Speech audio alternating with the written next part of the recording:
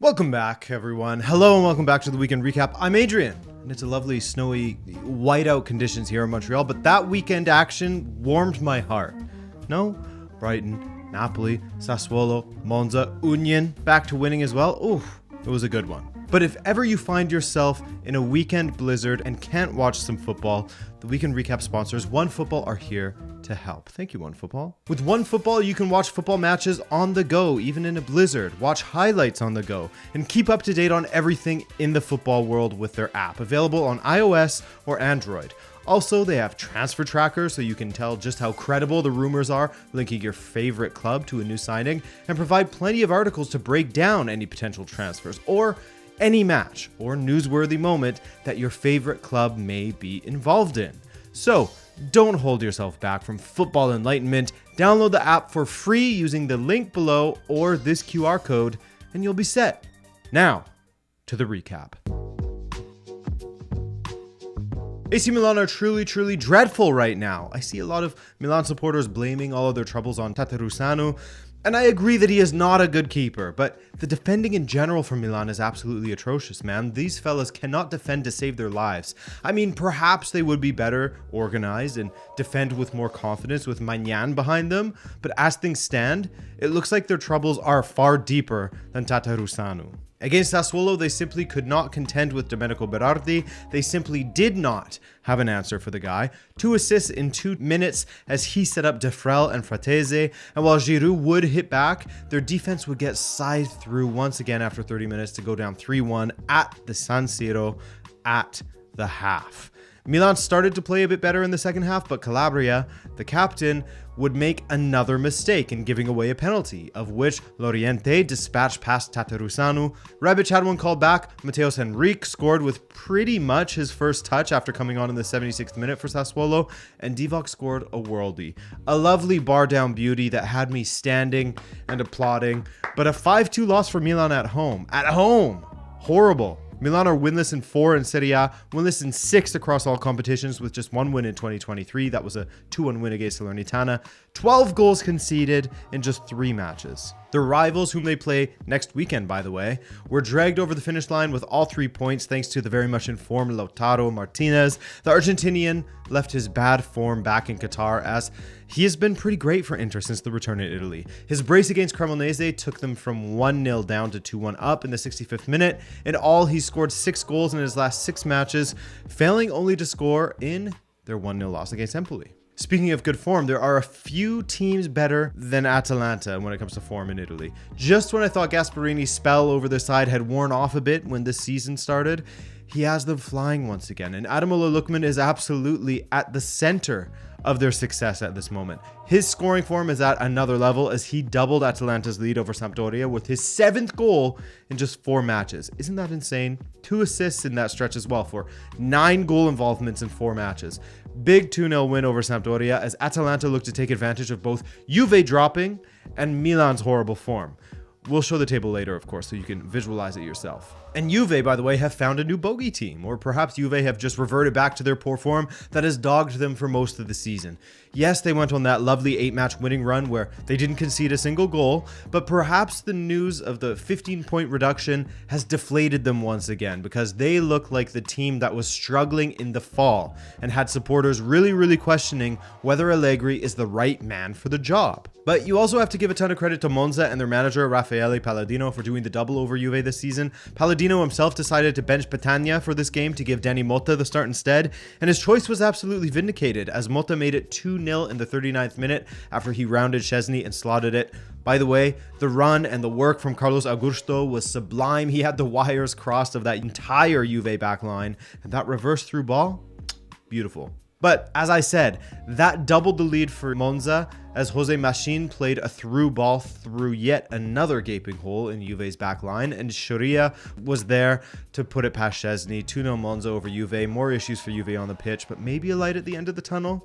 On the pitch, I mean, as both Vlahovic and Pogba were in the squad, but Pogba went unused. Maybe if those two can find an understanding on the pitch, perhaps things can change for the better for Juve.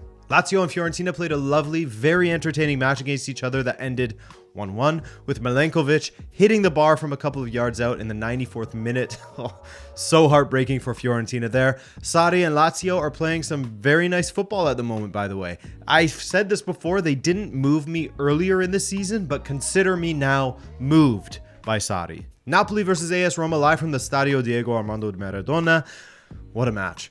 A great back and forth match, not only in the scoreline, but the run of play as well. Napoli looking as sharp and as scary as ever going forward, but AS Roma these days, in the second half especially, you cannot sleep on them, as Mourinho continues to strike a tune with old man El Shaarawy. I mean, he's not even that old. He's like 30 or something, but he just seems old because I feel like he's been around for forever.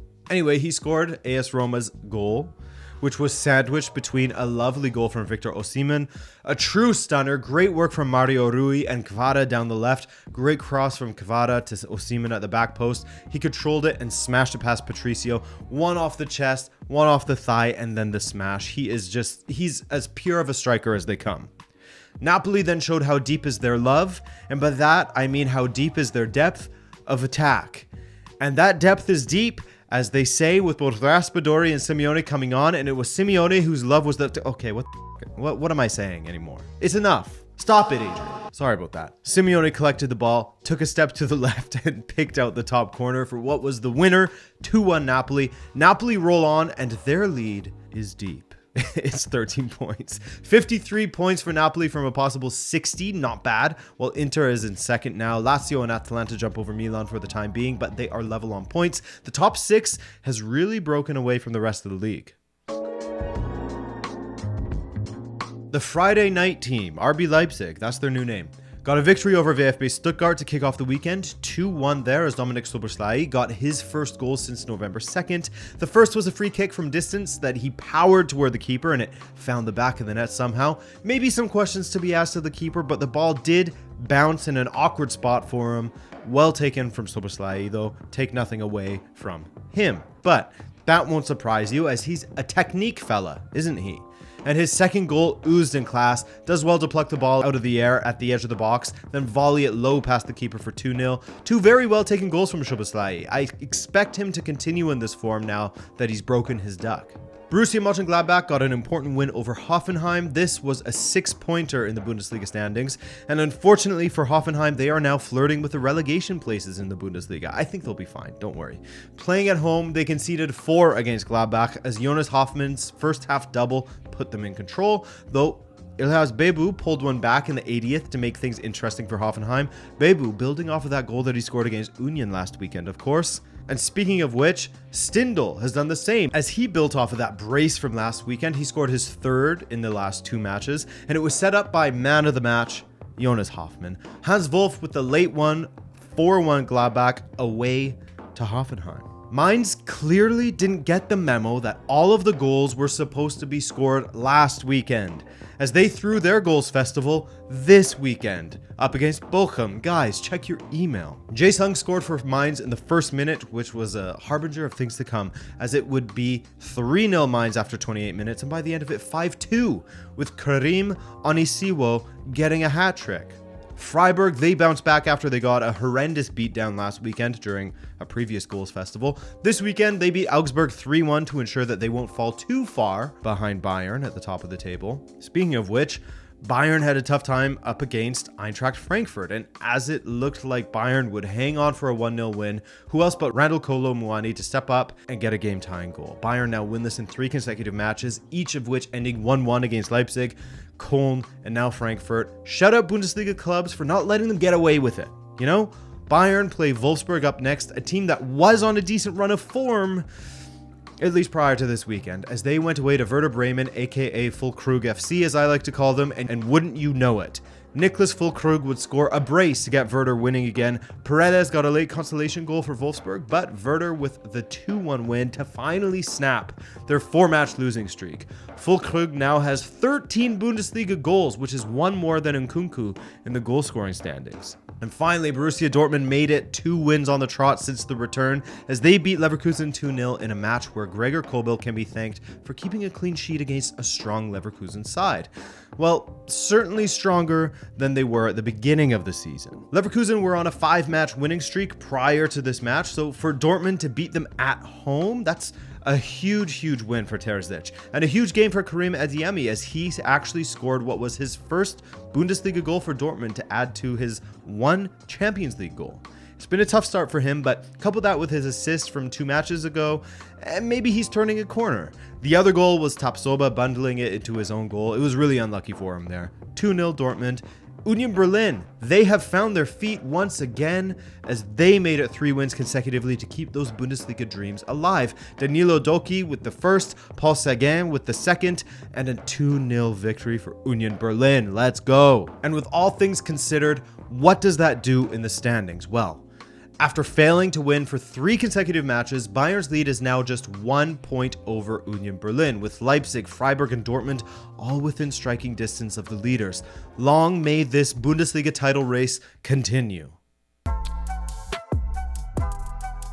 Atletico, they found some form it seems. Yes, they lost to Real Madrid in extra time of the Copa del Rey. They got their second win on the trot in La Liga, however, with a 1-0 victory away to Osasuna. Not an easy team. Osasuna were looking very dangerous at times, forcing some decent stops out of Jan Oblak in the second half especially, but a defensive lapse saw Saul of all people creep through the heart of their defense, and Rodrigo de Paul's through ball was played perfectly into his path. Nice finish at the near post by Saul for the 1-0 victory.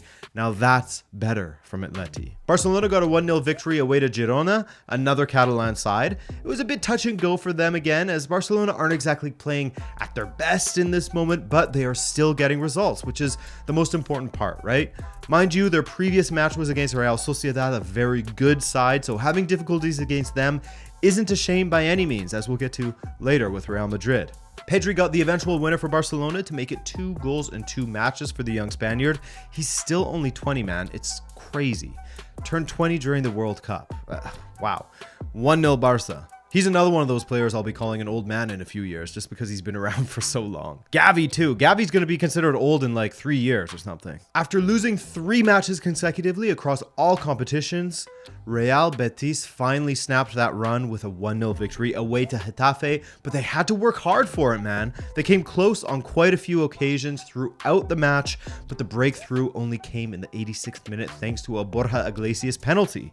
Their neighbors, Sevilla, played bottom of the table Elche at home and beat them 3-0, which is what you would hope from Sevilla. I know, they too have been flirting with the relegation places, but they certainly don't have a relegation-worthy squad, you know? En-Nesyri with a brace, Marcos Acuna with the other as they lead 3-0 at halftime and coasted to the victory, given Elche's Pedro Bigas was sent off in the 41st minute. That doesn't help the team that has 6 points in La Liga. Real Valladolid is my new favorite team in La Liga. Why? Because Canadian striker Kyle Larin plays for them now. Or, if you were to listen to the commentators and the stadium announcers, Kyle Larin. Love that. Anyways, Larin, or Larin, was subbed on in the 76th minute and ended up scoring the game winner in the 90th. He started the move off by spraying it to the left for Darwin Machis. Found him at the back post with a lovely cross, and a lovely cross was met with a lovely acrobatic finish. The 2 debutants linking up to win it for Valladolid as they try to keep their heads above water. Big win over Valencia. Last week I spoke about how Celta de Vigo has been struggling, and they're just above that relegation zone, and I asked whether Iago Aspas could save them once again. Well, playing at home against Athletic Club, he certainly got them an important winner in the 71st minute. Celta fight on, man. The relegation battle in La Liga is going to be nuts. Real versus La Real, that's Real Sociedad, and it was a mega frustrating game for Real Madrid as they were held to 0-0, and when you couple that with Barcelona getting the win over Girona, well, Barca lead the league by 5 points now. Atletico Madrid did indeed make a bit of ground on Real Sociedad as we are at the halfway point of this season. 19 matches played, 19 to go.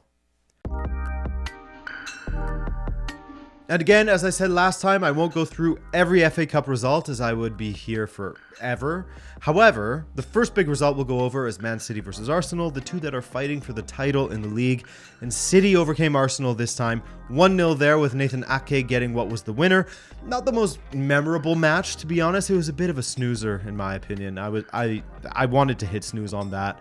Liverpool versus Brighton, however, I mean, Klopp will have wished that he could hit snooze after every meeting with Brighton these days, as he has lost to them once again. Mitoma with a stunning goal to win the match in the 92nd minute. The cross was taken down well by him before touching it around Joe Gomez, and that wand of a right foot and slapping it past Alisson. What a stunning goal. And Liverpool just, I don't know. First off, both Fabinho and Robertson can count themselves lucky for not getting sent off for these crunching tackles on the Achilles and ankles of their opponents. That's not how you do a tackle. That's not how you be doing tackling. But there is definitely room to also question Klopp here. His insistence on playing Gakpo through the middle is pretty aggravating to me, when all of his best performances for PSV were on that left wing. Instead, he's playing Darwin there all the time. Not sure why you wouldn't put Gakpo wide and allow him to cook in the wide areas and potentially provide opportunities for Darwin instead of the other way around. I don't know, man. Strange stuff going on at Liverpool right now. Tottenham won 3-0 away to Preston as Heung-min Son got a brace, and Arnaud Danjuma got on the score sheet as well, 16 minutes into his debut. By the way, I did a big video on Conte, which felt like a return to form for Rabona TV. Do check that one out. I'm very proud of that video. Rashford continued his great form with a goal against Reading. This man can't stop scoring. Oh, never mind. Goal is called off by VAR. Gotcha. Anyway, Casemiro was brilliant. Dominant for Manchester United in their 3-1 win as he scored a brace, while Fred also looked good, getting a goal and an assist. Also, one of the matches that provided the most entertainment was between Wrexham and Sheffield United. Little old Wrexham went from 1-0 down at home to 2-1 up, only for Oliver Norwood to equalize for Sheffield United as Ryan Reynolds watched from the stands. Paul Mullins would give Wrexham the lead in the 86th minute against 10-man Sheffield United, but tragically for Wrexham and impressively for Sheffield United, John Egan would make it 3-3 in the 95th minute, forcing a replay against the team that is 71 places below them in the pyramid. Okay guys, I have a video on a certain former Barca player coming out tomorrow that you won't want to miss. We're clearing up some misconceptions that may be out there. It's a good one, in my opinion. All right, I'm Adrian. Thanks for watching. See you tomorrow.